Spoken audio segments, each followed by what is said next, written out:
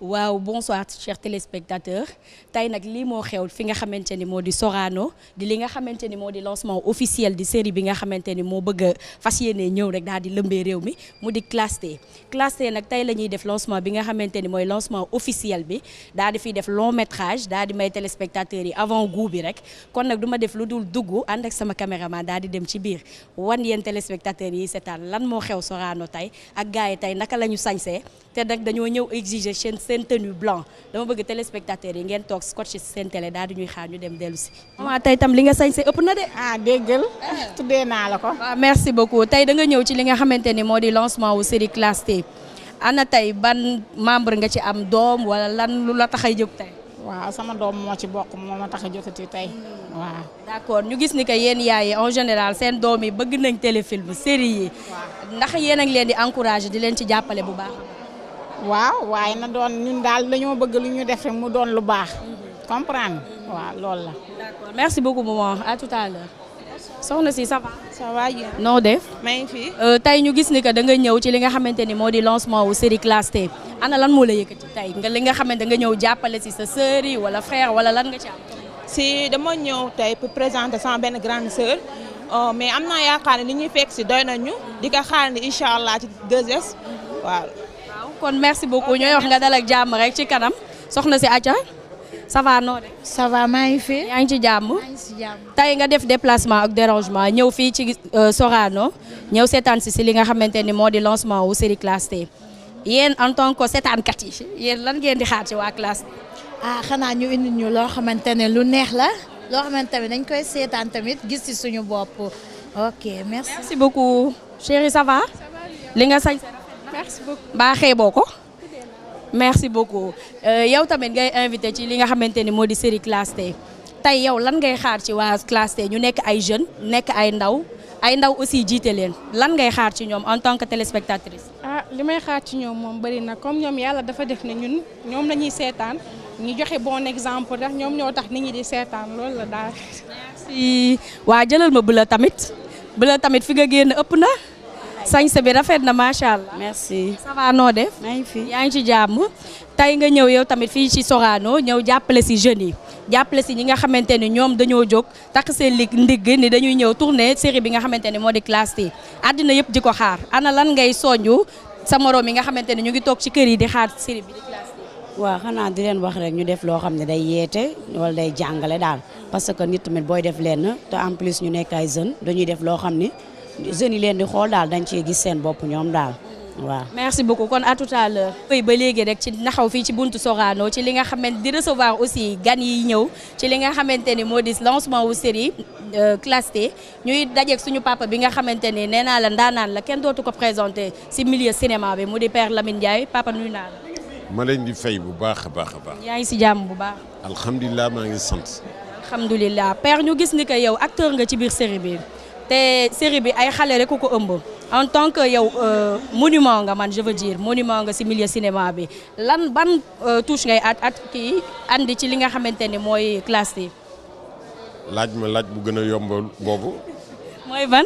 looy wut ci xale yi. non papa looy wut ci xale yi. waaw kay xale mooy réew. xale réew mu amul xale day mel ni ndaalu amul ndox. te dañoo jara jàppale. ki nga xam ni moo bind Class T yaayam def ma koo dénk may nijaayam muy sama jarbaat respect ma musa dox diggante yaayam ak man ma ko daan fekk ci riñ fee boobu temps est-ce que doon na yaakaar sax ni ëllëg dana màgg ba di def film xam nga benn mais la ma yaayam dénkoon du ma ko fàtte bor bu ma nekkee ci métier bi moom mu soxla bu ñëwee dama ko yombalal dërëm bi gën a tuuti laaju ma ko te nee nga monument laa dama tourné ak Ivoiriens yi pour 10 jours ñu jox ma 10 millions donc bés bu ne million la xam nga ku mel noonu bu ñëwee ci lii te joxuñ ko dërëm jàppalee tax parce que aw ma maqaama dimbali ko yàlla moo koy dimbali nit amul maqaama dimbali nit yàlla dong moom ndimbal di fas yéene dimbali nit ñi li mu sant te juux ko nit ñi jox leen ko mooy jàppalante gis nga ni pere kurus yi mel noonu la. ma joxaat la beneen jàngat lii ngay gis ni ay rëdd la moom nga gis ni ci loxo bi waaye ay chiffre arabe la bii 1 la ñaar ñi 8 la ñëpp ko am képp kuy nit am nga rëdd yi boo koy jàngat lii 1 fii 8 fii da nga naan 18 mu ñëw ci càmmooñ bi 8 baa ngi nii 1 bi def nii donc 81 ngay jàng boo nee 8 plus 1 mu jox la 9 nga ñëw fii 1 plus 8 mu jox la 9 ñaari 9 yi boo leen rassemblé day nekk les 99 noms de Dieu ni nga ko yoree laa la war a jox cër boobu ma lay jox dafa mel ni suñu borom laa koy jox suñu borom delloo ma xéewal goo xam ne ni day ëpp sax sama njort mu ñëwaat encore séddoo ko nit ñi parce que nit la sàkk gën fonkeel boobu moo tax ma leen di jàppale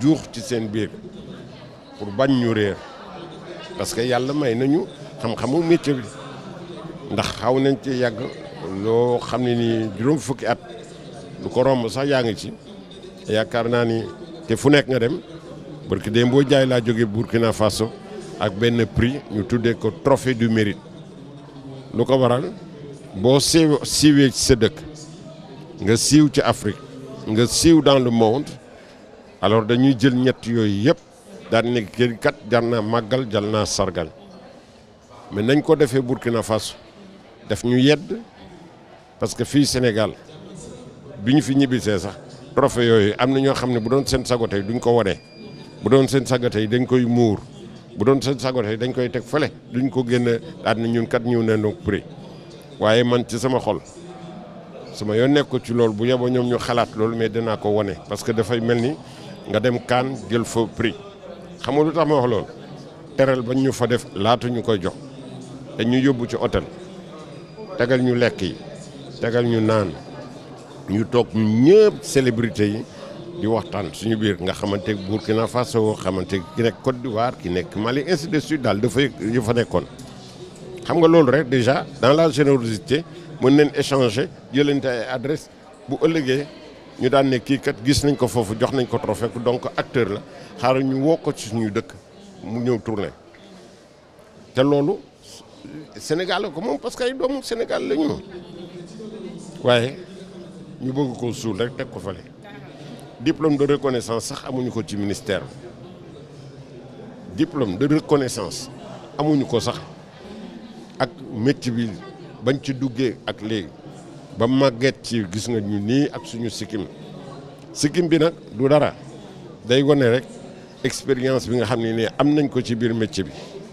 yaa ngi dégg te it am na yenn rôle yoo xam ne dañuy soxla sikkim bi comme li tax ma gën koo bàyyi damay préparer l'aventure ambiguë te rôle bañ ma ci jox dafa dëppoog lii nga xam ne nii dama ko ci bàyyi ma amoon habitude tamit weeru koor bàyyi sama sikkim mu sax ngir toroxlu bu weeru koor weesoo ma dindi ko nag continuer samay téléfilm di jouer buñ ma ca wooye buñ ma woowul nag ma toog jàpp njàmbur du ma ci xas kenn gënuma kenn du ma ko tiitaro parce que man star dama ko gëmul parce que les stars ont trop de tard vedette dama ko gëmul parce que les vedettes ont trop de dettes buñ ci duggoon ci firi ko tey livre lay doon donc nga xam fi sama xel toll nga mën koo natt xam ne du tiitare may yóbbu fenn yëngaluma je suis zen ci loolu parce que sama expérience wanewul loolu te mayuma may tiitaro billahi wallahi taala dama doon def émission le simple fait que ñu naan ma dafa baax sama xol dafa toj ba ay jooy laa fa génne xaw naa yàq émission muy tam-tam RTS 2 ma nekk fa di liggéey nekk chroniqueur tey ma remplacé woon kenn ci àq ak yelleef mais ñoom seen bopp man xaw naa yàq émission ndax yaa xam ku gaaw a jooy la mais dafa ni ma tonton je vais bientôt pleurer te boobaa émission bi dina yàq ma daal di dem ci ginnaaw ba kii ñëwaat ñu continuer émission bi yooyu yëpp da lay woon xolu nit ki parce que générosité lañ ñu laaj ak humilité tiitar gi jaru siiw yàlla koy def ci nit yal nañu yàlla musal muccal ñu dàqal ñu seytaane Sénégal jëm kanam.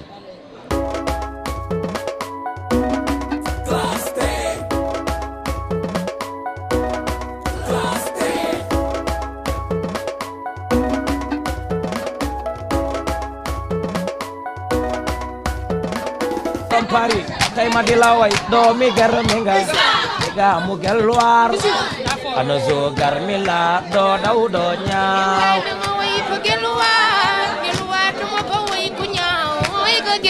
wi lelele ey bak naa la kula gañ daanaan doomi garmi ngaay lañu fa dajale mooy kalaste bilaay jox na ma tee ma toog tey lool di texi man di reetaan so ana ñi ko bëgg ana ñi ko bëgg xam nga ku may wayal so de lay wayal woo naa gor woo jàmbaar woo ko dayam tere ak famem ak waap ana so doomi garmi la sama gér gi lay woo barki dem la ma woo seen kër ay waay ma ñëw mu teral ma ay waay ma ñëw mu teral ma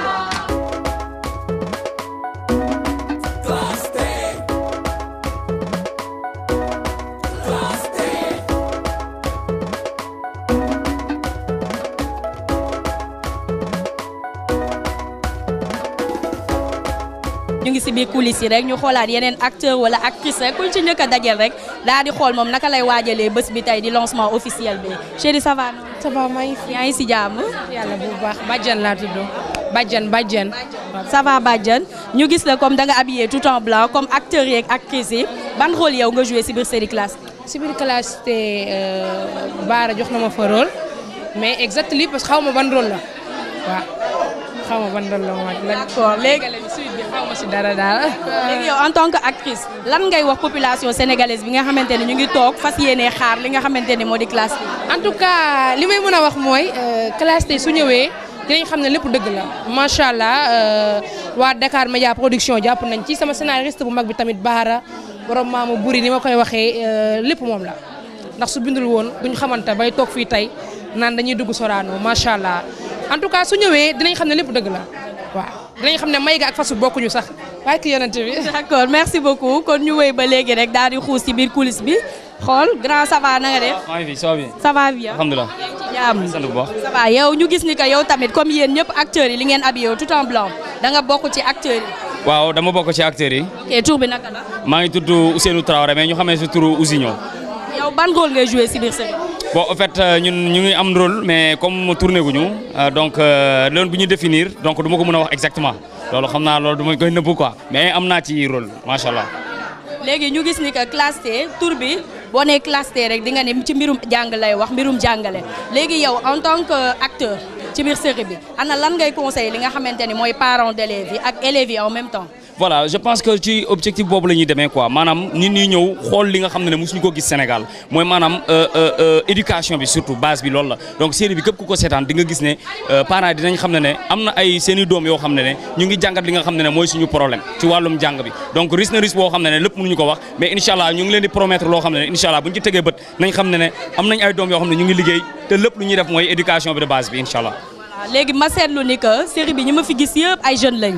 léegi yéen en tant que jeune lan ngeen di lancer ban appel ngeen di lancer seen moromu jeunes yi nga xamante ne ñu ngi ci biir société bi toog croiser les bras te nanguñ def.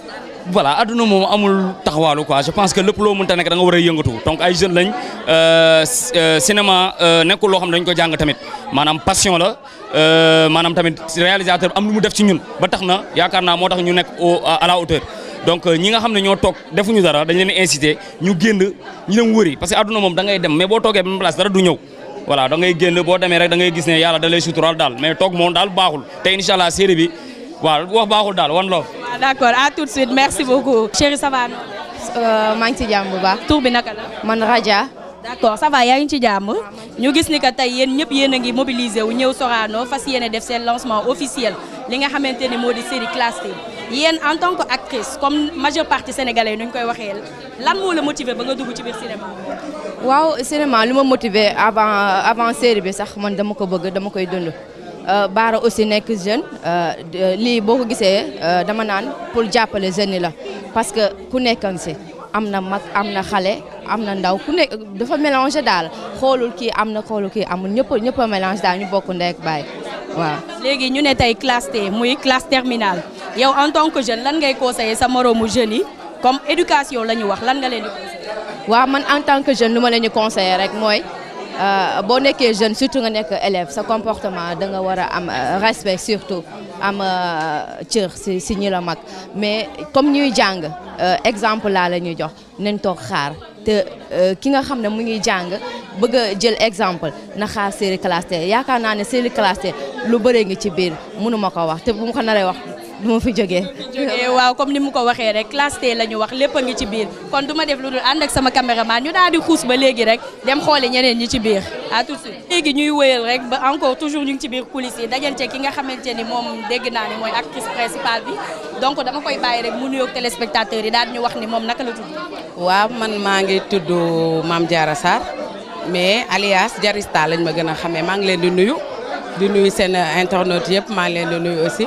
waaw comme niñ koy waxee rek ma nekk ci série bi bokk ci actrice principale yi ndax maa ci nekk jabaru Lamine Ndiaye la femme du ministre ñuy sant yàlla bu baax ndax di def lu toll ni série classe T ak personnage yi si nekk yëpp ñu ciy góorgóorlu ba ñu ràññee luñ ci sant yàlla la du dëgg di ñaan yàlla bu génnee yal na ci yàlla def réussite parce que yaakaar naa série yi daw neex nañu dañuy ñaan yàlla mu ñëw rek bokk ci yi neex yi rek nit ñi loolu rek lañ ci sant bëgg daal yàlla defal ñu ko di ñaan aussi bésu tay bi mu am réussite di leen sant ndax ñu woote yéen ngeen ñëw di wane suñu visibilité loolu sant yàlla la du dëgg waaw kontaan naa trop. kon en tant que actrice principale ban message ngay lancé téléspectateurs yi nga xamante ne ñu ngi toog di xaar li nga xam ne mooy classe T comme ni nga ko waxee série yi bari nañu naam xam nañ ni liggéey ngeen joxe ngeen lu ngeen mën ak lu ngeen mënul léegi ban appel nga leen di lancé ñoom ñi nga xamante ne ñooy toog di seet.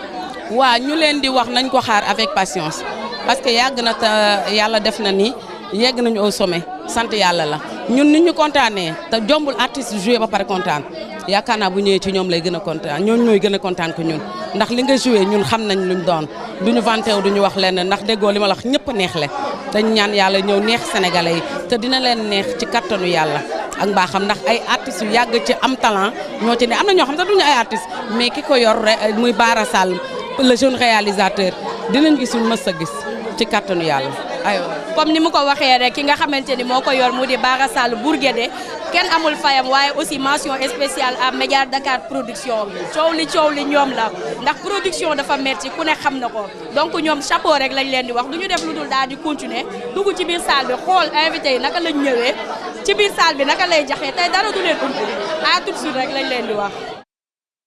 yi nga xamante ni moo di classe T ngeen war a seetaan ci kanam tuuti long métrage bi donc ñoom itamit def nañ ci liggéey bu am solo ci kanam tuuti di ngeen gis liggéey bi nga xamante ne def nañu ko ci série bi nga xamante ne comme ni ñu leen ko waxee sànq na muy série bu am solo boo xamante ne jàngale kese la.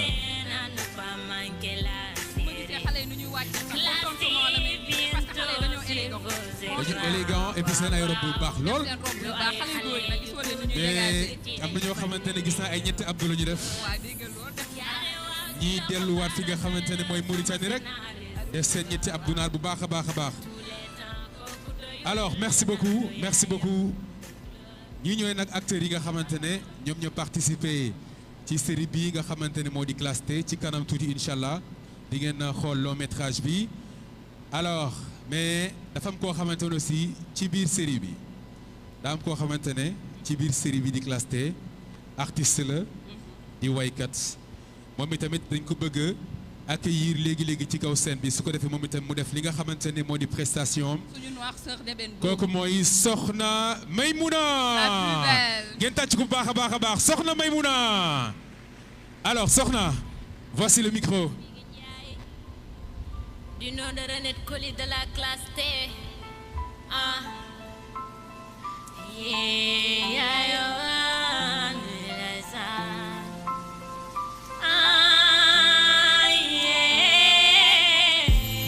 Yàkkamti woon ak waajal bu metti nekkoon si ñoom tax ñu bëggoon génn feneen à ne pas manquer la série classe T bientôt sur vos écrans. tuuti tënk ci ay fan ni néew dégloos jaare waaw ci loxo Bara Sall sama scénariste waaw waaw de tous les temps kooku doyul naaru yaayam dégloos namoon nañoo gis lu bees ci cinéma xaar ñoo génn feneen flow yu bees am sens importance waaw waaw ñi ngay xaar ma koy xaar classe ñëw na ñi may xaar ma koy xaar classe ñëw na série bu bees ànd yeneen yu bees classe ñëw na génn feneen am importance classe ñëw na fësal à travers des images lu nëbbu woon et peu de paroles laa lay tegal nii nanga ko xaar ñëw na mu jafe woon loolu mais jeex na tey gëm-gëm moo ñu tax ak yi ñoo mooy slogan classé ñëw na classé classé yow classé classé waaw professeur légal et élève autre étudiant bachelier papa yaay mag ak ndaw xaar leen ko yomb yéen a ngi jee ñi may xaar ma koy xaar classe ñëw na ñi may xaar ma koy xaar classe ñëw na série bu bees ànd yeneen yu bees classe ñëw na génn feneen am importance classe ñëw na Silence, on tourne. Silence, on tourne. Moteur demandé. Ça tourne. Ok, ça tourne. Son. Ça tourne. Ok. Annonce. Classe T. Séquence 1. Prise 1. Ok, silence. Action. ñi may xaar nga koy xaar classe ñi may xaar nga koy xaar classe ñi may xaar nga koy xaar classe ñëw na ñi may xaar nga koy xaar classe classe yow classe classe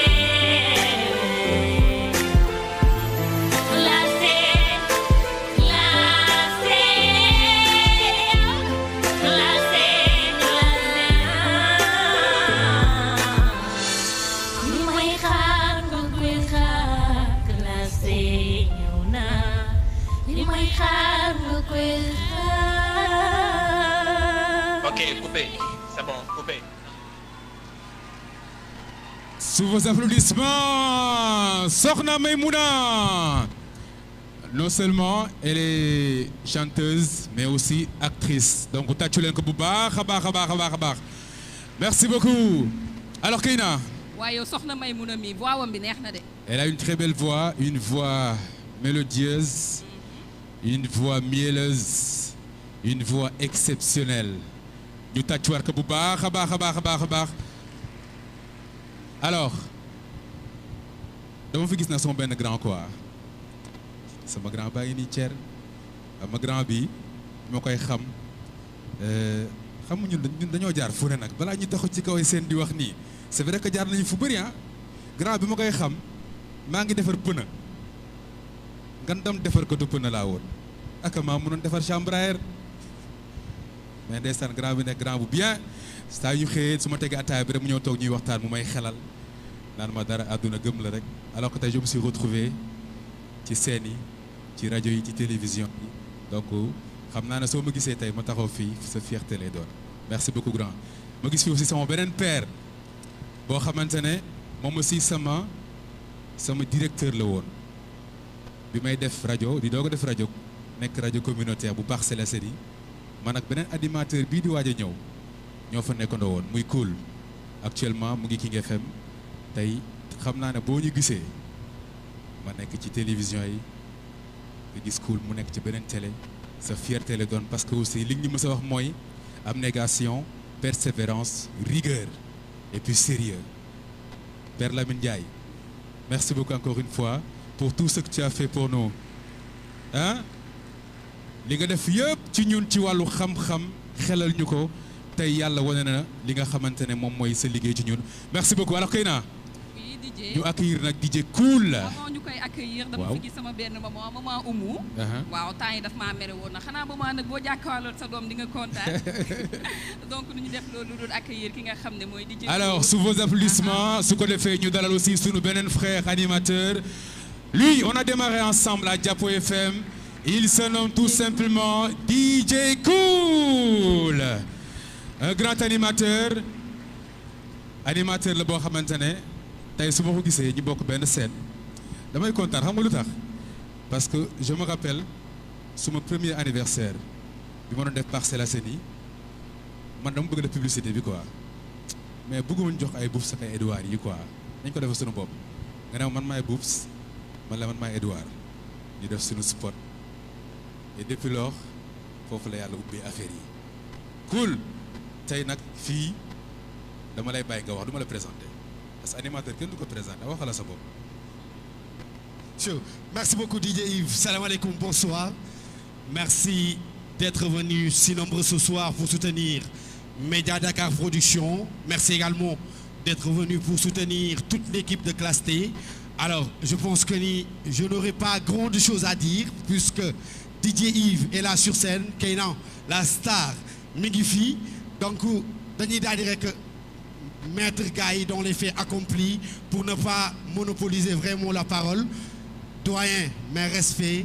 Alors, léegi bi may dégg DJ Yves di wax maa ngi yàkkamti dugg ci kaw scène bi pour janoo ak moom xam na man xam naa. Alors, merci beaucoup Père Lamine Ndiaye, DJ Yves. Alors, dañuy bàyyi gars yi ñu wéyal programme bi ñu fekkente ni ki nga xamante ne lu jig njaag tey moom mooy njaag te moom itam mu bokk ci ñi nga xamante ne def nañu lu bari ci man parce que mine de rien def naa 4 ans à AMTV def naa fa ñeenti at di ko liggéey ak ñoom j'étais même l'animateur vedette AMTV donc sama kër la moo tax bi ma Djibi Diop boowee dama ne ko loolu jarul nga ma ciy laaj dara man maay ñëw luñ ci war a def ñu defandoo ko parce que sama kër la groupe Futur Média aventure la moo tax ma atterrir foofu waaye fii laa tàmbalee ci Djibi Diop gannaaw Diapo FM avec Père Lamine Ndiaye gannaaw Afia FM avec l'équipe de Jules Ba gannaaw Djibi Diop AMTV maintenant ñu atterrir chez Youssou Ndour au groupe Futur Média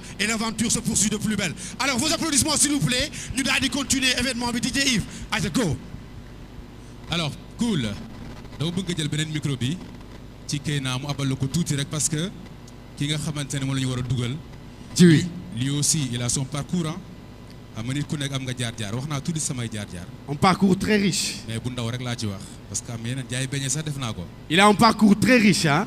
Alors celui qu'on va accueillir tout à l'heure c'est un pur produit du Sénégal. Lui son nom c'est Monsieur Djibi Diop.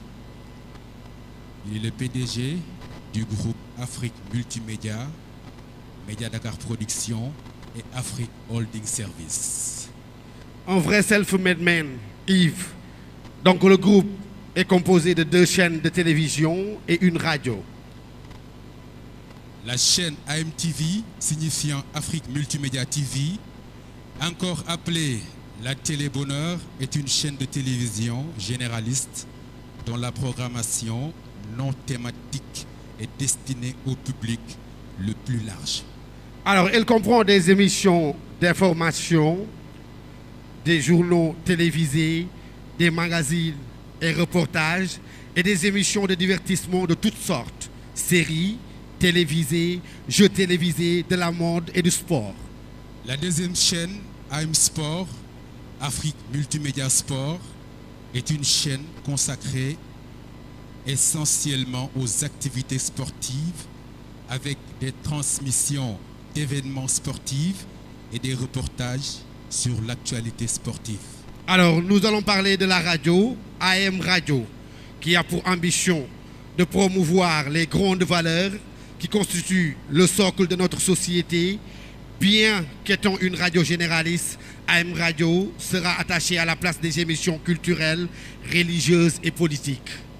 Étant jeune, qui a fait ses débuts dans le secteur du journalisme avec le groupe Sud. Il rejoint par la suite le groupe Walfadjri, dont je suis passé aussi.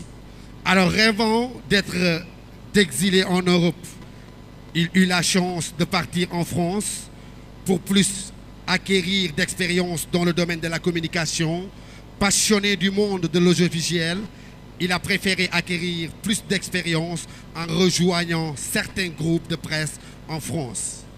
Monsieur Djiby Diop compte à son actif d'études, des diplômes de photographe, cadreur et de journalisme. Reporter à l'école de tournée montée en France. Alors Didier Yves, je rappelle aussi qu'il a eu entre autres à travailler à Sud FM, à Sud Communication, au groupe Walfadjri et a occupé le poste de directeur associé de Afrique Multimédia de 2 mai 2010 jusqu'au 30 septembre 2013 avant d'en être le PDG depuis septembre 2013. Mais dans son histoire, il y a eu 4 choses qui l'ont poussé à revenir dans son pays.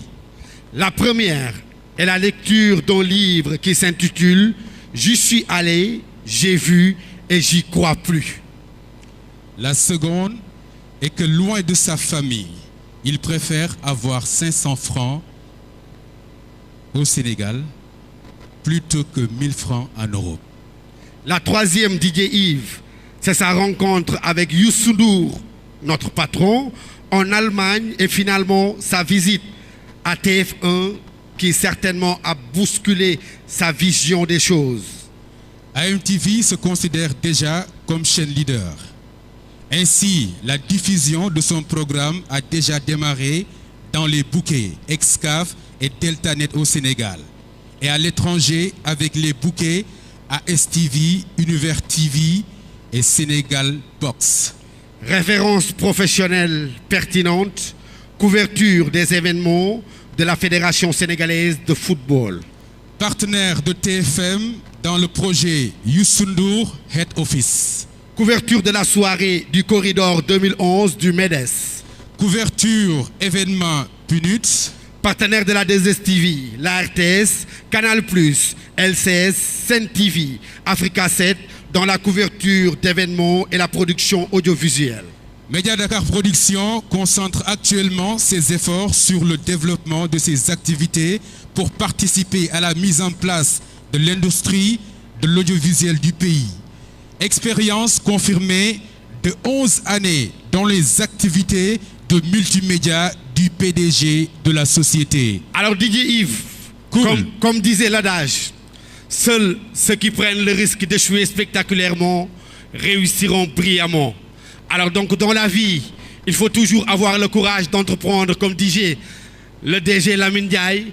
Donc nous allons vous présenter l'homme, la personne, le self-made man, Didier Yves.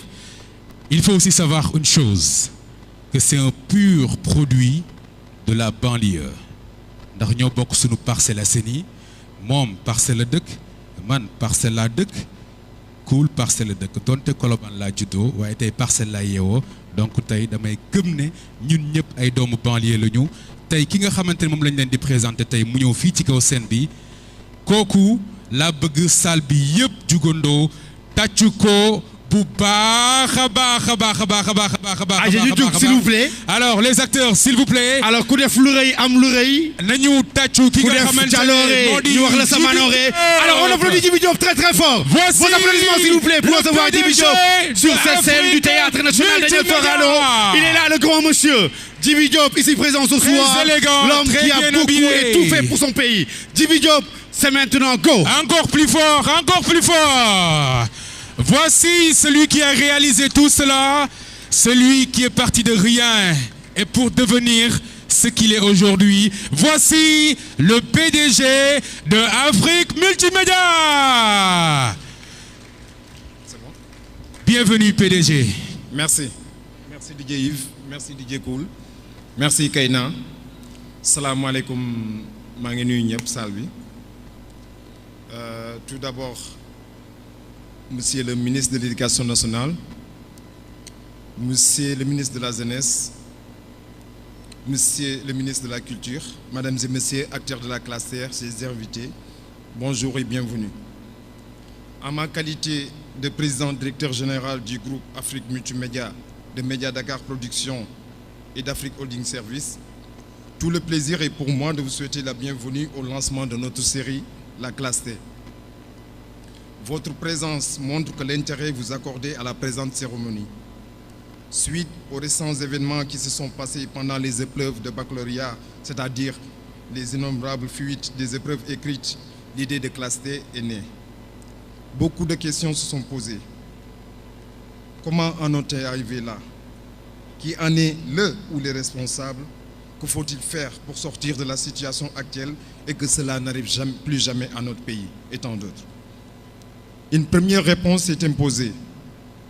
Nous sommes tous responsables d'une façon ou d'une autre, de par notre participation active ou passive à la chose publique. Nous avons laissé la jeunesse de ce pays s'effriter pour finalement n'être qu'un leurre. Une société civile fragilisée, un État affaibli, une crise scolaire récurrente, le chômage. Bref, que de mots de tête qui avaient amené certains à accueillir ce coup de force avec joie, oubliant un instant leurs convictions. Interpellés par les événements comme des milliers d'autres jeunes, une prise de conscience non sans frustration nous mit en face de notre propre insuffisance. Il faut agir. Il faut agir parce que nous pensons que nous pouvons faire autrement. Il faut agir parce que nous avons pris conscience de notre devoir envers ce pays, mais aussi de notre capacité d'améliorer les choses. Nous avons décidé de créer Classe T. Honorables invités, Classe T est conçue comme étant le reflet du système éducatif auquel actuel Sénégalais, tout y représenté, allant du personnel éducatif aux apprenants. Classe T vous immergera au sein d'une école nommée Future Afrique, où fiction et réalité se côtoient. Ainsi, la série se donne pour mission, avant tout, d'ouvrir pour un éveil de conscience sur la situation scolaire actuelle du Sénégal, mais aussi pour la promotion de la citoyenneté, des droits de l'homme et de la démocratie. Nous comptons participer à la réflexion et à la communication sur les grands enjeux de l'État à contribuer à l'émergence de l'éducation au Sénégal. C'est ainsi que, naturellement, nous avons voulu que ce lancement soit le début de l'engagement des jeunes, leurs droits et devoirs pour conduire le pays vers un changement notable. Nous entendons par changement que le peuple sénégalais s'intéresse beaucoup plus aux affaires des jeunes et soit apte à défendre leurs droits, que nous puissions retrouver dans nos cœurs, comme jadis, la légendaire fierté sénégalaise grâce à notre façon d'être et d'agir. Que l'éveil des consciences puisse amener une amélioration dans nos comportements et dans nos actes. Ceci est notre souhait et ce sera notre combat. D'où notre intime conviction que la série Classe T ne doit pas être qu'une série de plus au Sénégal, mais une leçon qui apportera un plus. Honorable invité, Monsieur le ministre de l'Éducation, le ministre de la Jeunesse, le ministre de la Culture, nous espérons que cette série suscitera questions et débats autour de l'éducation au Sénégal, qui va en perdition et même au-delà, et à travers elle, les causes que ces maux seront identifiés et les solutions deviendront ainsi évidentes pour un Sénégal meilleur. Honorables invités, je ne saurais terminer mon allocution sans remercier mon scénariste et réalisateur Barassal Bourguédé. Et aussi remercier tous les staffs techniques, marketing et communication, l'ensemble des acteurs et actrices et autres partenaires qui se sont donnés corps et âme pour la réussite de ce projet. Mes remerciements vont également au groupe scolaire IAM qui nous ont permis de tourner dans leur lieu. En espérant que nous passerons d'intéressants moments ensemble, je vous souhaite, mesdames et messieurs, une très agréable soirée. Je vous remercie. Merci beaucoup. Merci, monsieur Djibi Diop, PDG Afrique Multimédia. Ci wolof nag tuuti nag di nga wolof de wala ci pulaar rek wala ci neex wolof wala pulaar akalta pulaar akalta pulaar bandiraɓe kal pulaar en holmo keɓɗo télévision o waxal on. Assalamu alaikum bandiraɓe hal pulaar dama xaw a raciste nag min salmini mun fof yetto inde mum e yettode mum mboɗo anndi ko haalte pular ko heewata emin ñaago tan duwaw ko komin summi ko yo Allah yarnum yeeso waaw di ko wax ci wolof lépp wolof bi discours bi du yàgg di wax rek ñaan rek la ñu soxla ci yéen di ko ñaan mais heureusement ba ma jëlee micro bi di wax tukulóor wala di wax wolof parce que tamit du lancement classe T kese parce que bis bi dafa am kuñ ci sargal xëy na peut-être que am na beneen discours boo xam ne dinañ ko wax ci kanamu caméra yi muy sama père Lamine Ndiaye ma bëgg ngeen tàcc ko bu baax a baax parce que comme li nit ñi di wax Sénégal c'est-à-dire qu'on a l'habitude bu fi nit jógee lañ koy sargal di ko rendre hommage ou quoi que ce soit pour man rendre hommage nit ki rendre ko boobu mu koy teewee pour man loolu dara gënu ko donc encore une fois vos applaudissements pour wax leen ni man classé mun nañ ne amuñu lu ñu tiit parce que ku am sa série ku mel ni Père Lamine donc amatul looy tiit donc ñaan yàlla rek yàlla la fa ñu cat voilà merci beaucoup et j'espère que vous passerez une bonne soirée. C'est ce que disait Feu Doudou Ndiaye Coumba Rose bu leen bàyyi ba ma dem ngeen may sargal kon sargal leen ko ci jamono bi nga xamante ne mu ngi fi di gis lépp. Encore une fois merci beaucoup monsieur Djibi Diop PDG Afrique Multimédia gis naa fi aussi sunu beneen doyen xam nga parfois da ngay xool ni jékki-jékki am koo seen ci public bi moom itamit ci wàllu art fii ci wàllu cinéma ci wàllu voix publicité référence la dafa am benn respect bu mag boo xamante ne dañ ko war a delloo encore une fois muy sunu tonton Pape Faye.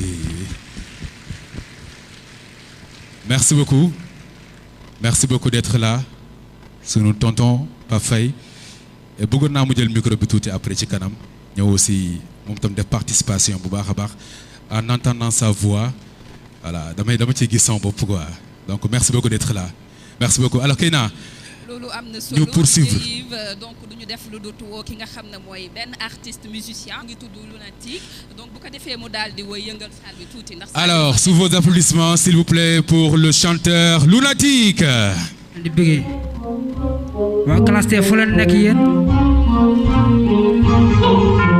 dañuy caw sa xiil classe T day caw sa xiil ji Lunatique caw sa xiil ma nigga ji xiil bi dalay dal ji xal woo ji caw sa xiil ma nigga caw sa xiil ma nigga caw sa xiil ma caw sa xiil caw sa xiil ma nigga caw sa xiil ma nigga caw sa xiil ma caw sa xiil déguma caw sa xiil déguma caw sa xiil déguma caw sa xiil déguma caw sa xiil danga taxi yu naare amatuma jot di naare jaxasa gem bi jàppala kaay bu ma laaj ndax di naare lu ma fi teg ñu ne no comment CM si man maa ko mën teg lu yéeme doog si yëpp rap lu fekkee dama gis ci teew ravage pavé indi flow bu na paaja teg ci brique andi bi baaje ku ma teelu suru bi nga naan bi boo ma jox ma dagale ko drapeau mba pat ma dagale ko CMC ñëw jaale ko from de je suis manam des eaux mooy si mbedd comme sa fil c'est le bu ndaw ñoo coow sa xiil andalu fépp aliya bi riir 900 yi ak xel bu biir àll boone ku may sa boote yilif gem bi ñëpp njaboote xel yu fënax ma jël raboote noo da caxat rek li ko di pënd bi ratale ënd bi daba ci gëdd bi foga ci dënn bi sukku ci kële bi famba ci ndënn bi sukku liggéey bi yëkkati ënd fokkati loxoti noxoti ñoxoti jaxase jagi bi jaga di lomba ji piw bu gaaya bu mu deeti naan ma boobi dafa dof caw sa xiil yi nga sale bu ndaw caw sa xiil xiil bi dalee dal caw sa xiil yi nga sale bu ndaw caw sa xiil xiil bi dalee dal caw sa xiil yi nga sale bu ndaw caw sa xiil xiil bi dalee dal yi nga sale bu ndaw caw sa xiil caw sa xiil ma niggas caw sa xiil ma niggas caw sa xiil ma caw sa xiil caw sa xiil ma niggas caw sa xiil ma niggas caw sa xiil ma caw sa déguma caw sa xiil déguma caw sa xiil déguma caw sa xiil déguma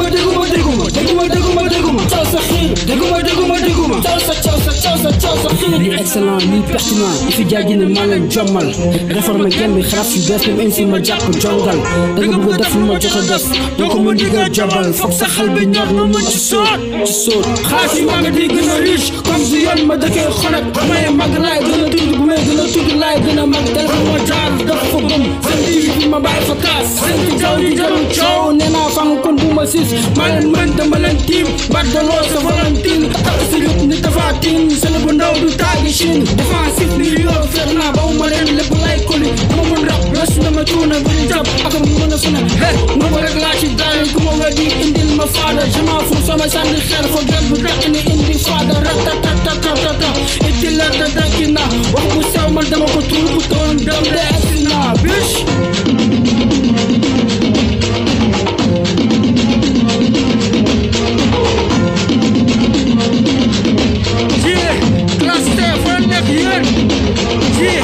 Let's go, Morgan Cool. Let's go, Morgan Cool.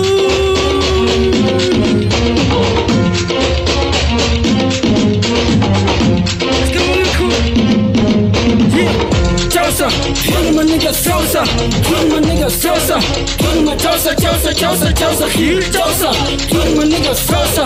One of my niggas, Chausa. One of my Chausa. Here. Deguma. Chausa here. Deguma. Chausa. Here. Deguma. Chausa here. Deguma. Chausa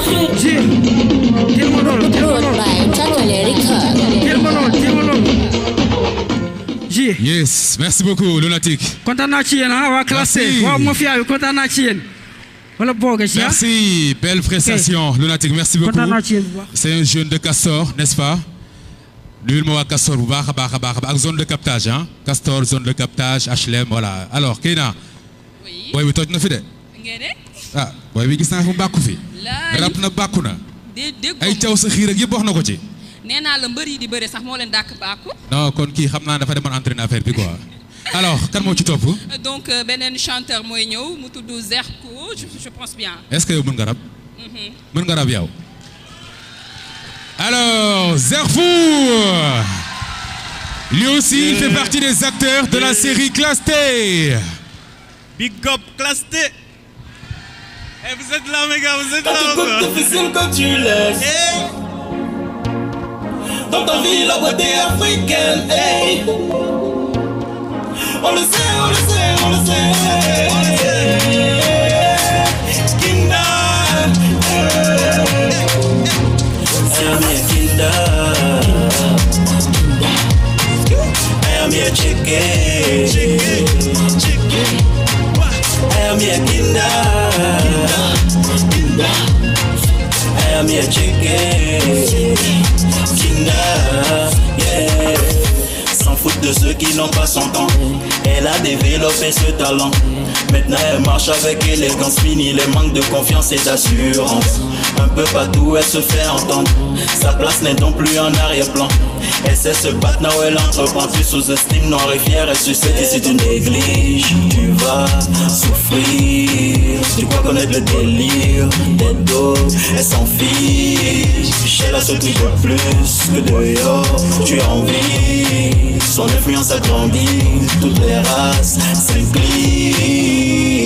En plus elle reste polie. T'es pas déçu. Elle sait pimenter ta vie. Tu know les coutumes. Ma fait foufou chep, c'est elle qui sait le faire. A checker à bloto pour ton bonheur. I am here checker. I am here Kinda. I am here checker. Kinda. Yeah. Et je suis fier de voir que tu les fais perdre la tête. Et je suis fier de les voir sans mordre les doigts. Ils viennent de loin pour toi. Pourtant ils te dénigrent. Ils viennent de loin pour ça. Profiter de ta douceur. Quand ils voient que t'es jolie, gracieuse, petite, bénigreuse. Que t'as le chagrin qui noie, Camer, Gabon. Depuis que t'es cambré, Bambara, Guinée, Sénégal. Surtout que tu sais user comme une ivoire ghanéenne. T'inquiète, il nous effraie pas, t'inquiète, il nous effraie pas. On connaît les way, c'est que c'est le chocolat noir, c'est le chocolat noir qui te fait rêver. Vous allez vous fatiguer, elle a déjà fait son choix. Et puis vous allez saliver et consommer les Kinder. Du bruit s'il vous plaît. I am here chicken. I am here Kinder.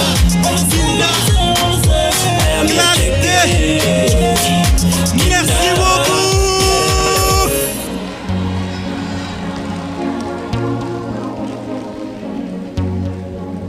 Yes, Zerfou, merci beaucoup. Alors lui aussi, il fait partie des acteurs de la série Classe T.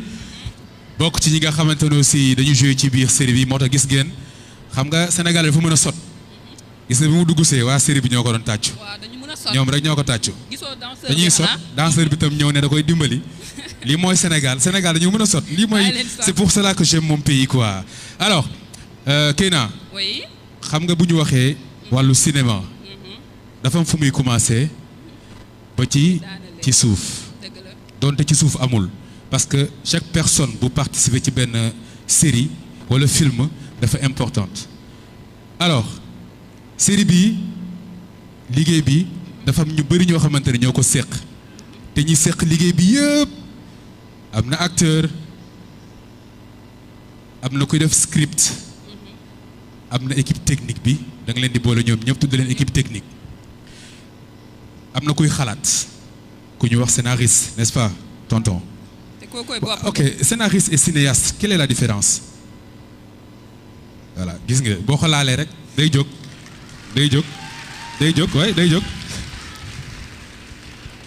waaw jërëjëf mbokk yi bala may tontu ci laaj bi dama leen di nuyu yéen ñëpp kenn ku nekk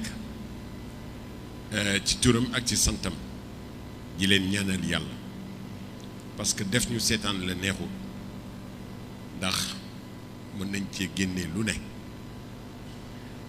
li ma laaj nag yomb na cinéaste mooy ki nga xam ne nii dafay def cinéma maanaam da koy toggkatu cinéma yi yëpp cinéaste lañ koy maanaam ñi nekk ci corporation bi cinéaste lañ leen di wax beneen bi mu di ku scénariste mooy kiy bind kiy xalaat bind ko ba ci kàddu yi mais li ñuy remarqué te mu dangereux mooy ñu bari léegi bindutuñu dañuy xalaat rek di xel yi ma ngoog ok te loolu nag du jëmale lii ñuy def kanam comme ay ndaw ngeen fexe leen bay bind loolu dafa am importance parce que yokkute lay indi ci téléfilm bi nga bëgg walla film bi nga bëgg. Merci beaucoup.